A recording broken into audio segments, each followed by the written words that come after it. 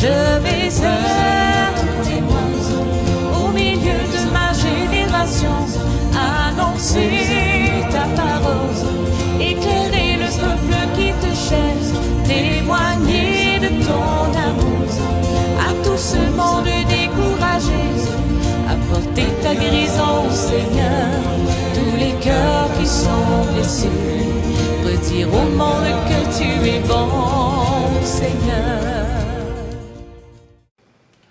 Bien-aimés dans le Seigneur, je vous salue au nom de notre Seigneur Jésus-Christ. Je vous souhaite tout ce qu'il y a de meilleur dans la vie. J'espère vraiment que vous êtes en forme, vous êtes en santé du corps, de l'âme et de l'esprit. Alors, sinon, je vous le souhaite. Je prie notre Dieu, le Dieu d'Abraham, d'Isaac, de Jacob, de vous bénir abondamment. Alors, voici, je suis encore heureux de vous retrouver avec notre capsule 30, la parole, pour vous partager, pour cheminer ensemble dans l'affermissement de la parole de Dieu. Vous savez que la parole de Dieu est utile pour nous instruire. La parole de Dieu est utile pour nous équiper surtout, pour que sur cette terre, que nous puissions laisser notre marque. La parole de Dieu est là pour nous équiper, afin que nous puissions produire des œuvres qui, évidemment, nous distinguent, des œuvres qui font de nous, qui nous identifient comme des enfants de Dieu. Alors donc, aujourd'hui, je voulais vraiment vous parler de quelque chose d'engageant. C'est beau de prier, c'est beau de demander à Dieu, c'est beau de demander la délivrance et tout le reste, mais je pense que c'est très important aussi que nous puissions prendre conscience que nous sommes de la descendance d'Abraham. Dieu a dit à Abraham que, voici, je te bénis et à ton tour, sois une bénédiction. Chaque fois que Dieu nous bénit, il veut que nous soyons une bénédiction pour les autres.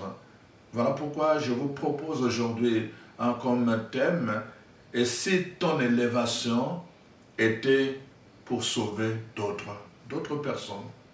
Si ton élévation était pour sauver d'autres autour de toi, Dieu permet que tu t'élèves, Dieu permet aux circonstances de t'élever, n'est-ce pas, de te mettre dans une position d'autorité, en fait, pour essayer de sauver d'autres, parfois juste ta famille, parfois juste les gens autour de toi, ta communauté chrétienne, parfois juste pour sauver une particularité, des gens qui appartiennent à une catégorie sociale particulière. Dieu parfois va nous élever parce qu'en nous élevant, il nous donne la clé pour ouvrir une porte que d'autres n'ont pas pu ouvrir. C'est pour cela que nous devons faire attention. Dans notre vie de tous les jours, vous savez, quand on demande de promotion, et parfois quand on a reçu une promotion, et parfois la tentation est toujours de vouloir écraser les autres. Moi, il faut que je me mette là et que les autres soient écrasés, hein, qu'ils soient ôtés pour que je m'y mette. C'est toujours l'esprit des gens du monde. Donc, on ne peut pas considérer, n'est-ce pas, dans l'esprit des gens du monde, l'élévation de quelqu'un sans l'écrasement des autres. On ne peut pas. Mais dans l'esprit des enfants de Dieu, cela est possible. On peut être élevé pour tendre la main à d'autres et leur permettre eux aussi de s'élever. On a vu donc dans ce mur, lors de l'écroulement du mur de Berlin, les gens qui montaient quand on a libéré, d'abord avant même l'écroulement, il y a des gens qui sautaient et qui montaient sur le mur et à leur tour ils tendaient la main pour donner à d'autres la possibilité de grimper aussi sur le mur. Donc ça c'est l'attitude chrétienne, l'attitude qui devait caractériser les enfants de Dieu. Quand tu as pris une position élevée, tu dois tendre la main à d'autres pour pouvoir leur permettre à eux aussi de changer de position, de changer de place. Et ça doit nous habiter. Ça doit devenir comme une nature qui nous distingue au milieu, dans une société, dans une entreprise, dans un milieu de travail. Nous devons nous distinguer par notre façon justement d'agir qui est contraire à la façon du monde. Aujourd'hui, je voulais vous donner en fait deux figures en particulier à travers lequel je vais vraiment m'appuyer pour vous parler de l'élévation, de la bénédiction, de la position d'autorité qui nous est accordée pour que nous puissions, n'est-ce pas, aider les autres. Avant de parler de ces deux personnes, je vais vous parler d'abord d'une personne avant. Dans l'Ancien Testament, vous savez vous-même que, donc, vraiment, dans le livre de Genèse, jusqu'au chapitre 13 en particulier, on voit d'abord Dieu qui bénit, n'est-ce pas, le chapitre 12, Dieu bénit Abraham, et puis finalement, à un moment donné, il y a eu la sécheresse. Et donc, on nous montre à la fin du chapitre 12 comment Abraham est allé en Égypte, et là en Égypte, il est allé avec sa femme Sarah. Sarah était jeune, elle était très belle. Et la parole de Dieu rapporte qu'elle a attiré l'attention des dignitaires égyptiens qui ont rapporté cela à Pharaon. À partir du moment où Pharaon a appris que Sarah était là, il a demandé de le recevoir et il l'a accueilli dans le palais royal, n'est-ce pas? Avec Abraham, naturellement. Donc Sarah est entrée dans le palais royal, accueillie par Pharaon, mais Sarah, la différence, n'est pas restée dans le palais royal. Elle est retournée dans son milieu natal. Après, donc, avoir fait son accès dans le palais royal, quand Pharaon voulait la coucher, n'est-ce pas, Dieu lui-même est intervenu à travers un songe et qui a fait que Pharaon a demandé qu'on puisse le faire partir, elle et Abraham, mais naturellement en leur donnant, n'est-ce pas, des dons. Elle leur a donné des animaux, des troupeaux d'animaux, n'est-ce pas, et même des servantes, donc Agar, vous connaissez l'histoire. Donc, ce que je veux dire sur ceci, Sarah est entrée dans le palais royal, mais elle n'y est pas restée, elle n'est pas restée dans cette position. Pourquoi? Parce que sa mission n'était pas d'aider les autres. Elle n'est pas restée dans cette position. Elle est allée dans une période de sécheresse, mais elle n'est pas restée dans cette position parce qu'elle n'avait pas de mission de demeurer là-bas. Voyez-vous, je commence par ça pour que vous compreniez. Et maintenant, je vous engage dans deux récits, n'est-ce pas? Celui de, n'est-ce pas, de Esther et celui de Joseph. Je vais commencer par Joseph et Esther pour suivre l'ordre. Donc, l'histoire de Joseph, quand vous regardez, n'est-ce pas, Joseph était, la parole de Dieu nous dit, c'était vraiment le fils que Jacob aimait beaucoup. C'était le fils qu'il avait eu avec Rachel. Jacob l'aimait beaucoup. Et alors, donc, on nous montre Joseph qui va être vendu par ses frères par jalousie. Et alors, il se retrouve esclave. Le fils qu'on aimait beaucoup se retrouve esclave. Voyez-vous? Et alors, donc, dans le chemin de l'esclavage, il va connaître beaucoup de devoirs. Donc, malgré tous ces devoirs, on dirait que chaque devoir les rapprochait davantage de la mission que Dieu lui avait confiée. Ou que la mission que Dieu préparait pour lui. Chaque devoir. Il va arriver jusqu'en prison en Égypte. Et là, finalement, alors, tout va se passer autour du Pharaon avec un rêve. Et puis, finalement, c'est comme Joseph qui va arriver, n'est-ce pas, à décoder ce rêve et qui va faire que Pharaon, non seulement il va décoder les rêves, mais en même temps aussi, il va expliquer, il va donner comment juguler la crise qui s'annonçait. Donc, Pharaon va trouver en lui beaucoup de sagesse et Pharaon va le choisir. Voyez-vous, on a affaire à quelqu'un qui attire l'attention, donc qui attire l'attention par sa sagesse et qui va être choisi. Dans le même cas, je fais un parallèle. Esther, c'est la même chose. Esther aussi va quitter. Donc, on voit, Joseph quitte son pays, sa famille, par la force, par la trahison. Il entre comme un esclave. On nous dit, Esther, c'est la même chose. Il entre, n'est-ce pas, dans le pays des Xerxès par la déportation. Elle est déportée. Ça dit que c'est vraiment quelque chose de forcé. Elle se retrouve dans un pays étranger. Le 2, voyez-vous? Alors, mais maintenant, là où Joseph a attiré l'attention par sa sagesse, en interprétant le rêve de Pharaon, d'abord en lui disant quel était le rêve, et puis ensuite en interprétant, et enfin en donnant un conseil, vraiment de sagesse, avisé. on voit la même chose du côté d'Esther. Esther aussi attire l'attention de dignitaires, n'est-ce pas, du roi. D'abord par sa beauté. Joseph, c'était par sa sagesse. Mais on voit que parmi toutes les filles, les vierges qu'on avait attirées, finalement, c'est Esther que le roi va choisir. Autre chose qu'on remarque dans l'histoire de deux, c'est pour cela que j'ai choisi cela, si vous lisez l'histoire d'Esther, si vous lisez l'histoire de Joseph, vous allez voir par exemple dans les livres de Genèse chapitre 41, on dit de Joseph, après avoir donné toutes ces explications, donc alors on a demandé, le pharaon a pris son nom, il a donné, n'est-ce pas, à Joseph. Et automatiquement il change de statut. Donc on lui donne, il devient le numéro 1 après le pharaon. Et à partir de ce moment-là, il lui donne une femme. Il y a un mariage, une femme, et on change le nom de Joseph. Donc Joseph va prendre un nom qu'on va appeler Tchaphna et Phenahar. Voyez-vous, on va lui donner un autre nom. Donc son nom de famille va être caché. On va le connaître par le nom égyptien.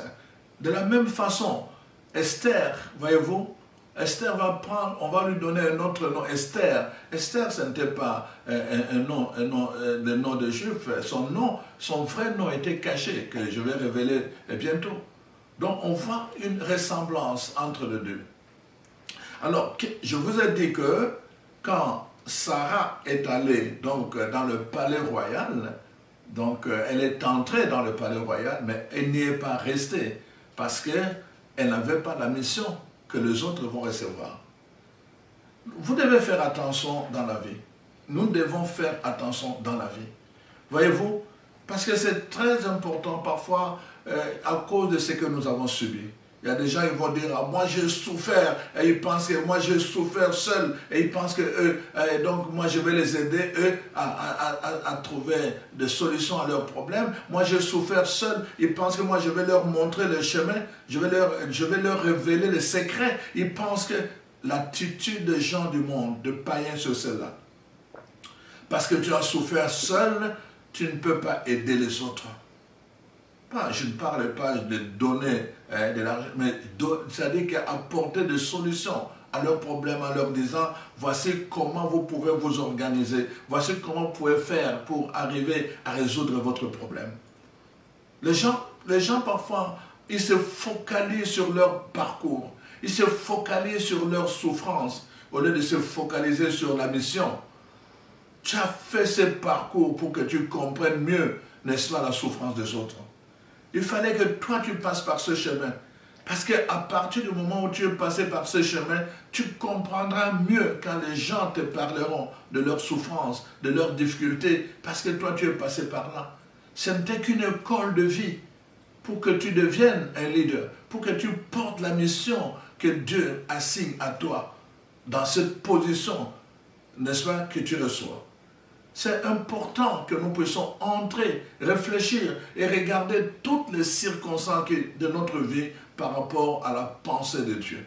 La Bible dit, nous le savons dans Romains 8, 28, Dieu fait concourir toutes choses au bien de ses enfants. Toutes choses au bien de ses enfants. Alors, si Dieu fait concourir toutes choses au bien, ça veut dire qu'il peut permettre même que tu passes par la prison, par la trahison, par la calomnie, par la jalousie de tes frères, que tu passes par la déportation, que tu portes des chaînes, parfois faussement. Il va permettre tout cela, si c'est pour que ça contribue à ton bien, il va le permettre. Mais si tu es focalisé sur les chaînes que tu as portées, si tu es focalisé par la trahison de tes frères, si tu es focalisé par la déportation ou les prisons, dans lequel tu as été incarcéré, évidemment, tu ne pourras pas porter ta mission convenablement.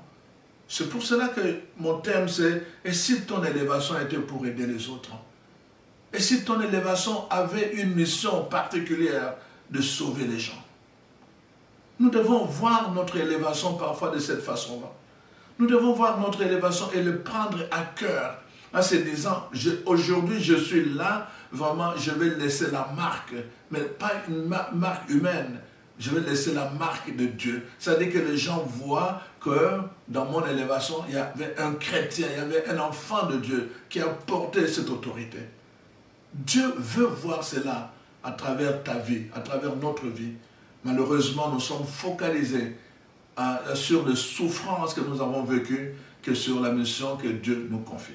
Voilà pourquoi je vous amène donc à regarder, n'est-ce pas, les deux personnages que je vous propose ce soir. Nous allons regarder ensemble. Donc aujourd'hui, je vous propose cela. Nous allons regarder ces deux personnages, donc Joseph et Esther. Alors, vous allez voir comment je vais conclure cela. Donc, il y a beaucoup de similitudes, évidemment, entre les deux. Et finalement, donc, on voit, ce sont deux étrangers qui vont entrer, qui vont être élevés à un niveau très très haut, n'est-ce pas, mais dans un pays étranger. Ils vont diriger un peuple étranger et ils vont être aimés par ce peuple étranger, mais en même temps, ils vont être là pour sauver leur propre peuple. On va voir dans les cas de Joseph. Joseph arrive donc au trône. Une période de sécheresse s'annonce. Et là, tout le monde vient pour chercher la nourriture. Et il va reconnaître ses frères. Il va vouloir savoir vraiment si eux, ils ont un cœur repenti. Et finalement, il va leur demander. Il ne voulait pas se révéler. Voyez-vous, il se cache. Il se cache, mais derrière ce qui est caché, je donnerai un enseignement là-dessus, derrière ce qui est voilé. Donc, derrière ce qui est caché, n'est-ce pas, il y avait une mission qui devait être accomplie. Nous allons voir avec Esther la même chose. Donc, Joseph, finalement, est là, il va se voiler. Il ne révèle pas son identité à ses frères.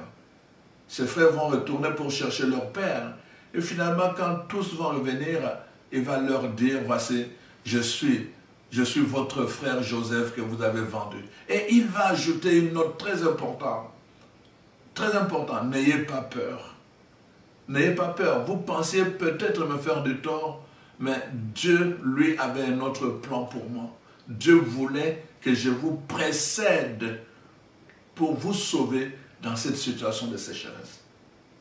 Joseph comprend sa mission, sa présence dans cette opposition comme une mission de Dieu. Il ne regarde plus les souffrances qu'il avait subies. Il ne considère plus la trahison de ses frères. Il leur dit, non, vous avez fait cela, peut-être sans le savoir, mais Dieu me voulait ici pour vous sauver. Voyez-vous, finalement, il va révéler son identité, mais à travers son identité, c'est surtout le salut de la mission qui révèle. J'étais venu avant vous, je vous ai précédé pour, n'est-ce pas, vous apporter le salut dans cette période particulière. L'élévation de Joseph a été salutaire d'abord pour sa propre famille. L'élévation de Joseph a été salutaire pour le peuple juif. Tout le peuple, c'est-à-dire toutes les tribus de Jacob sont entrés en Égypte et ils ont eu des privilèges. Ils ont été protégés. Ils ont eu des terres, n'est-ce pas? Et ils étaient libres pendant tout le temps que Joseph était là. Voyez-vous, chers frères et sœurs, tu peux passer par des chemins difficiles. Tu peux entrer comme esclave parce que tu as souffert. Mais quand tu es élevé, il y a une main de Dieu. Parce qu'il y a une mission à travers ton élévation. C'est important que tu sois conscient de cela. C'est important que tu puisses comprendre que tu as une responsabilité que Dieu te confie par rapport à ton peuple. Ne sois pas trop égoïste. Mon frère, ma soeur, ne sois pas trop égoïste dans ton élévation. Dieu te bénit pour que tu sois une bénédiction pour les autres. Voilà pourquoi Dieu te bénit. Alors donc, on voit cela. Donc, Joseph va révéler son identité, mais en même temps, il va révéler, n'est-ce pas, sa mission. La mission pour laquelle il avait précédé, n'est-ce pas, les autres là. Alors donc, ce que je veux dire ici, c'est que c'est très important. On voit que la première dame, la femme d'Abraham, est entrée dans le palais. Il n'y est pas resté parce qu'il n'avait pas une mission comme les autres. Et donc Joseph entre dans le palais de Pharaon comme esclave, mais il est élevé et il va demeurer parce que lui a une mission. La main de Dieu va te conduire à une position, à un endroit pour que Dieu t'utilise à être une bénédiction pour d'autres personnes. C'est toi qui vas souffrir, bien sûr. C'est toi qui vas être le pionnier, bien sûr. C'est toi qui vas tracer le chemin, bien sûr. Mais ça ne sera pas pour toi-même. Ça sera pour un peuple. Ça sera pour un groupe. Ça sera pour une communauté. Et sois-en fier d'être un outil de Dieu pour que par toi, toute une communauté soit bénie. Pour que par toi, tout un peuple soit béni. C'est ce que le Seigneur attend de toi. Alors donc, nous voyons, du côté d'Esther, c'est la même chose.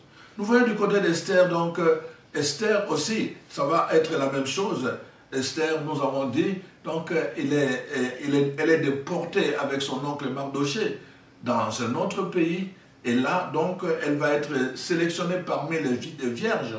On va faire défiler les vierges devant le roi. Et finalement, l'attention du roi va être portée sur Esther. Et c'est Esther qui va être choisie pour devenir reine.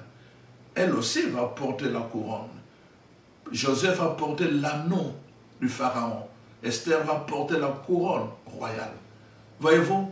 Donc, des gestes, des signes, des symboles qui les élèvent à une position très très haute. Voyez-vous? Donc, à partir de ce moment-là, nous voyons, c'est un étranger, Joseph, qui est dans le pouvoir égyptien. On voit Esther, c'est une étrangère qui est maintenant dans deuxième personnalité dans le royaume étranger des Xerxès. Donc, voyez-vous, ce n'est pas tes origines qui doivent être un obstacle pour toi. Ce n'est pas tes origines, ce n'est pas ta couleur qui doit être un obstacle pour toi. Ce n'est pas non plus ton parcours qui doit être un obstacle pour toi. Dieu va permettre que tout cela, il est le maître des temps et des circonstances pour que toi, si tu marches dans l'obéissance, si tu marches dans la communion avec lui, qu'il puisse t'utiliser pour que tu deviennes un tremplin pour l'élévation de d'autres. Les gens viennent s'appuyer sur toi pour prendre une autre position. Les gens s'appuient sur toi pour prendre une autre. Et chaque fois qu'une autre personne sera élevée par toi, il se souviendra de toi. Il se souviendra de toi. Chaque fois que quelqu'un dira, la place où je suis ici, c'est grâce à Joseph. Cette place où j'occupe aujourd'hui, c'est grâce à Esther. Cette place que j'occupe aujourd'hui, c'est grâce à telle personne. Il a prié pour moi. Il m'a montré le chemin. Il m'a donné une information. Voyez-vous, chaque fois que tu l'as fait et que la personne a été bénie, il se souviendra de toi. Dieu nous bénit et il veut que quand nous avons béni des gens, que leur bénédiction retombe sur nous. C'est pour cela que nous sommes appelés un peuple béni ou un peuple de bénédiction. Le peuple de Dieu doit être un peuple qui bénit les autres, un peuple de bénédiction. Alors donc, nous voyons chez Esther, c'est la même chose. Elle entre dans un palais royal comme étrangère. Elle va servir un peuple étranger. Joseph va servir un peuple étranger. Mais les deux, en même temps, tout en servant un peuple étranger, vont avoir une mission particulière pour leur propre peuple. Je vous ai dit, Joseph, toutes les tribus de Jacob, d'Israël, n'est-ce pas, sont entrés en Égypte. Ils ont eu la protection grâce à Joseph. Du côté d'Esther, nous le savons comment, n'est-ce pas, Aman avait préparé un coup pour exterminer les Juifs qui étaient en étranger. Alors, donc, tout allait bien, voyez-vous, et finalement, c'est Mardoché, son oncle, qui va être informé de ce coup et qui viendra dire à Esther, écoute, il y a un coup qui est en train de se préparer contre ton peuple. Si tu ne fais rien, tu mourras toi et ta famille, mais Dieu va utiliser d'autres moyens pour sauver son peuple. Esther s'est engagée d'abord par un jeûne et la prière, n'est-ce pas, pour affronter le roi. Elle a tout mis en œuvre pour qu'elle puisse toucher le cœur du roi. Grâce à Esther, ce peuple qui allait être exterminé, n'est-ce pas, a trouvé le salut. Voyez-vous, ce que je suis en train de vous dire, c'est ceci. Esther n'a pas servi juste son peuple. Elle a servi le peuple pour lequel elle était devenue reine, c'est-à-dire un peuple étranger.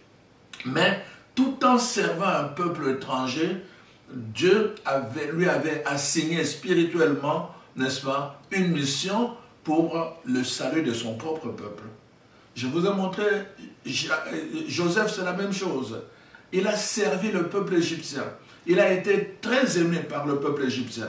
Mais tout en servant le peuple égyptien, Dieu lui avait assigné une mission de sauver son propre peuple. C'est ça que je suis en train de vous dire. Il y a une mission que Dieu va te donner. Une mission que Dieu va assigner à ta vie, à ton élévation, à ta position élevée, simplement pour d'autres, pour ta communauté, pour ta famille, pour d'autres personnes. Mais tu dois en être conscient et tu dois prendre cela à cœur parce que vraiment Dieu passera par toi, n'est-ce pas, pour réaliser, n'est-ce pas, cela. Donc, on voit que le 2 passe, n'est-ce pas, dans de postes clés, mais dans un pays étranger, n'est-ce pas? Donc, on voit le 2 sont amenés de force dans des pays étrangers. Et on voit le 2 vont changer de nom, n'est-ce pas? Esther s'appelait Hadas. Mais je parlerai de son nom après. Esther s'appelait Hadas. Mais quand elle devient tout, elle va cacher son nom d'Hadas, hein, et puis elle va être appelée Esther. Elle va prendre le nom d'Esther. Voyez-vous? Donc, les 2 vont changer de nom. Je vous ai dit, Joseph a changé de nom, on lui a donné un nom nouveau. Voilà. Donc, c'est important que nous puissions prendre conscience de cela. Et on voit que les 2 vont aider le peuple d'Israël.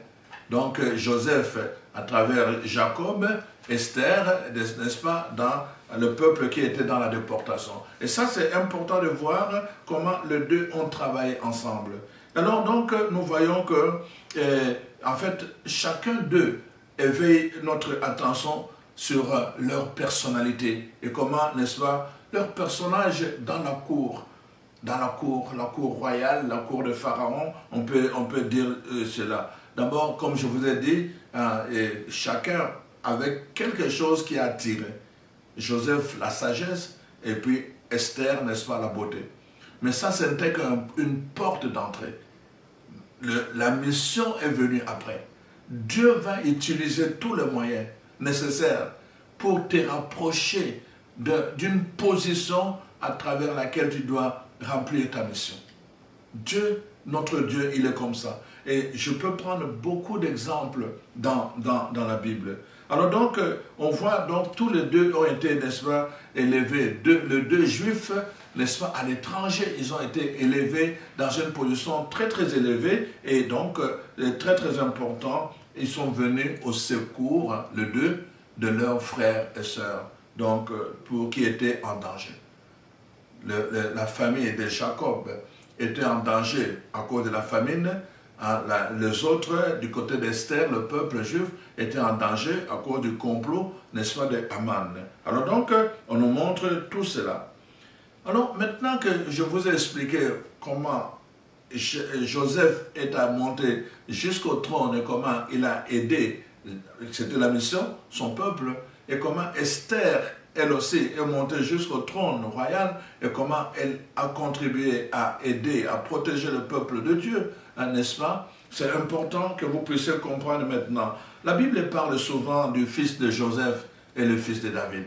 Voyez-vous, l'un a une dimension terrestre et l'autre a une dimension évidemment céleste. C'est-à-dire qu'il y a un qui est là avec des chemins, comment on peut dire, qui sont juste des parcours en fait, si on peut appeler ça, ce sont des parcours éphémères.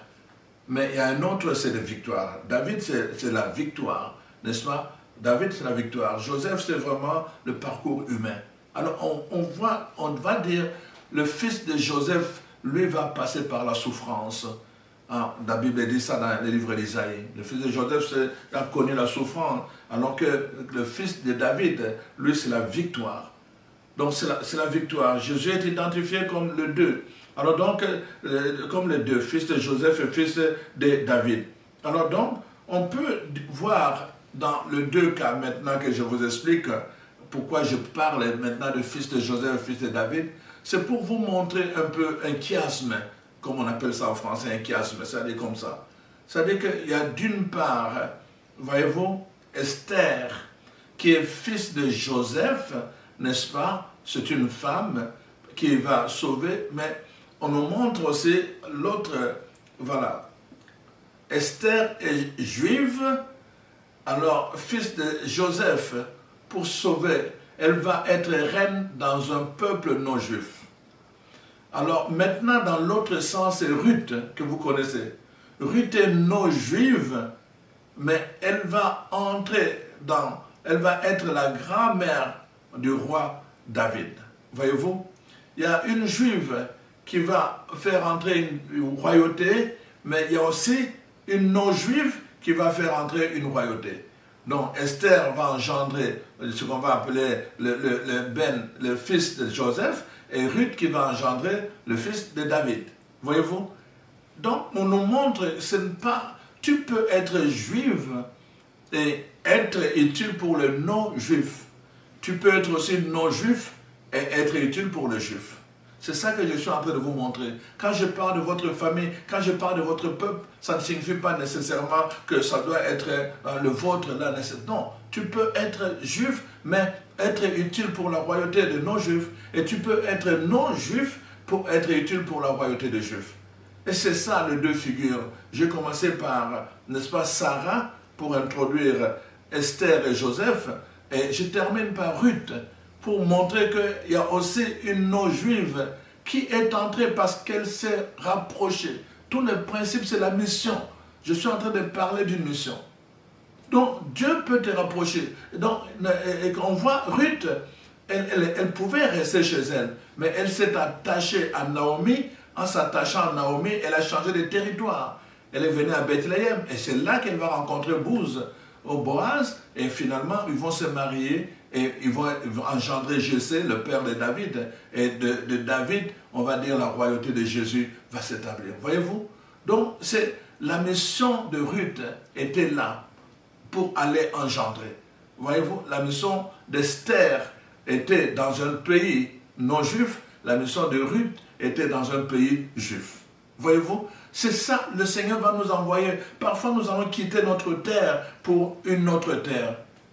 Je vais quitter l'Afrique, mais ma mission, moi, je n'ai pas beaucoup enseigné en Afrique. Beaucoup plus ici au Canada. Voyez-vous? Ma mission s'est réalisée en dehors de l'Afrique. Donc, un Africain pour les Canadiens, comme il y a eu des Canadiens qui ont fait leur mission en Afrique.